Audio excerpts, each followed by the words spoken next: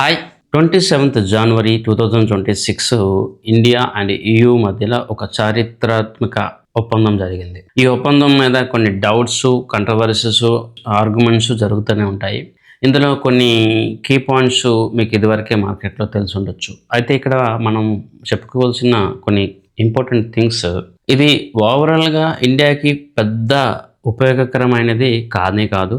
దీనివల్ల ఇప్పటికిప్పటికే Indian economy abnormal growth అయిపోతుందని కానీ కాదు. ఇక్కడ ఇండియాకి సంబంధించిన చాలా స్మాల్ స్కేల్ ఇండస్ట్రీస్, ముఖ్యంగా Gujarat, Maharashtra and other states సంబంధించిన కొన్ని కుటీర పరిశ్రమలకి, కొన్ని రకాల ఇండస్ట్రీస్ అయినా ఫార్మా లేదంటే క్యాపిటల్ గూడ్స్ రిలేటెడ్ కంపెనీస్కి కొంతవరకు ఫేవరబుల్గా ఉంటుంది. అంతేగాని మొత్తం మీద ఇండియన్ ఎకానమీకి ఏదో ఒక పెద్ద బూస్ట్ ఇచ్చేస్తుంది, దీనివల్ల షేర్స్ ర్యాలీ అయిపోతాయని చెప్పి మనం అయితే అనుకోవడానికి లేనే లేదు. ఈ డీల్స్ పేరు చెప్పి చాలామంది స్టాక్స్ని రికమెండేషన్ చేయడం ఇవన్నీ జరుగుతూ ఉంటుంది.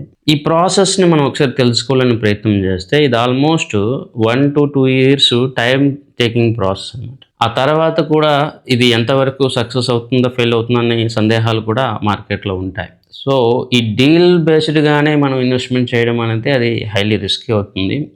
మోరోవర్ ఇది చాలా వరకు యూరోపియన్ కంట్రీస్కి ఫేవరబుల్గా ఉన్న డీల్ తప్ప ఇండియన్ ఎకానమీ కానీ ఇండియన్ కంపెనీస్ కానీ అంత ఫేవరబుల్గా లేదు. ముఖ్యంగా టాటా మోటార్స్ లాంటి ఆటోమొబైల్ సెగ్మెంట్ చాలా వరకు ప్రెషర్ ఫేస్ అయిపోతూ ఉంది. అండ్ ఇతర ఇండస్ట్రీస్లో కూడా ఇది పెద్ద స్థాయిలో ఏదో ఫేవర్ చేసే డీల్ అయితే కానే కాదు. సో ఈ డీల్ బేస్డ్గానే మీరు ఇన్వెస్ట్మెంట్ చేస్తారు, లేకపోతే ఈ డీల్ వల్ల మనకి స్టాక్ మార్కెట్లో ర్యాలీస్ వస్తాయని అనుకోవడం అంటే అంత కరెక్ట్ కానీ కాదు. అఫ్ కోర్స్ ఫ్యూచర్లో EU రిలేటెడ్ కంట్రీస్ నుంచి ఇండియాకి క్యాష్ ఫ్లో రావచ్చు, FDI ఇన్వెస్ట్మెంట్స్ రావచ్చు, లేదా ఇతర వేలో ఒక బిజినెస్ ఈజ్ అవ్వచ్చు, అది వేరే విధంగా ఉంటుందేమో. కానీ డైరెక్ట్గా ఒకసారి మీకు స్టాక్ మార్కెట్లో ర్యాలీస్ వచ్చేస్తాయి, స్టాక్స్ పరిగెత్తడం మొదలు పెడతాయని అనుకోవడం అనేది కరెక్ట్ కానే కాదు. సో ఈ డీల్ సంబంధించి నేను ఇంకొక లాంగ్ వీడియో అయితే త్వరలో చేయబోతా ఉన్నాను. ప్రజెంట్ అయితే కేవలం EU ఇండియా మధ్య జరిగిన డీల్ బేస్డ్గానే మనం ఇన్వెస్ట్మెంట్ చేయడం అనేది కరెక్ట్ కానీ కాదు.